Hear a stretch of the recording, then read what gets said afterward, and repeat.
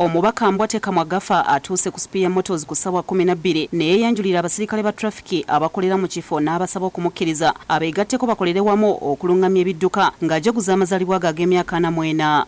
Okujja okukolera wano ne ba traffic ku Spear nga ngezaako okukuza amazaalibwa gange.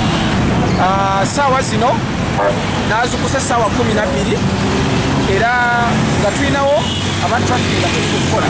Okwawukanako n'ennyambala y'ababaka ba palamenti, Mbwatekamwa azayambadde akakooti kayite reflector aka kiragala akabadde kawandiikiddwako obubaka obumuyozaayoza okuweza emyaka 40 era nga bamuwadde firimbi n'atandika okulagira emmotoka ekimuleesa akatuuyo.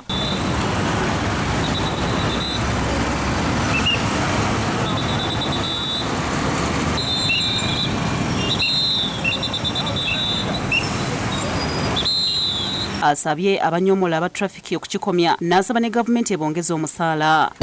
Singa tubawo obukadde obusatu kubanga kubamu akafaananyi ssaawa 12 abadde yatuuse dda ajja kuddayo ssaawa 5 ez'ekiro. Wakati mu kkola, Mbwatekamwa n'aba trafiki baliko emmotoka ze bayimirizza okutangira jjaamu okweyongerayo kyokka abazibaddemu ne batandika okubakubira eŋŋombe obutasalako ekimutabudde n'asaba gavumenti ewa abasirikale bano obukuumi.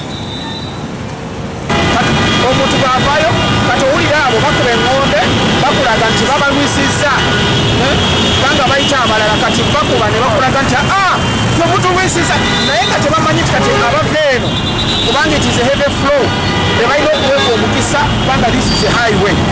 So abakuba wandibadde musango gwa nagomola treason. Ono ayogedde ne ku nkozesa y'eŋŋombe ku makubo naddala obw'emmotoka z'abakungu. Ndabyeko bannayuganda abamu abasinga abalina emmoloka za gavumenti ne bwe bamuyimiriza ayagala ayitewo obuyisi. Emmoloka ezimu zibadde z'abantu be tuyita abakulu oba abali connected nga ba MPs. Omulabira ddala nga naye ayagala alabe nti wabbeeyi tayinza kugumiikiriza alina okukola ekyo kyokka ky'ayagala. Oluvannyuma Omubaka Mbwatekamwa asaze keeki gy'agabudde abasirikale ba trafiki baakoze nabo n'abasiima olw'omulimu gwe bakola.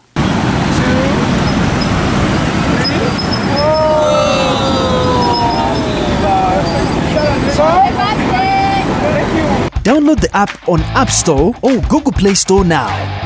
Vision Digital Experience, the future of media.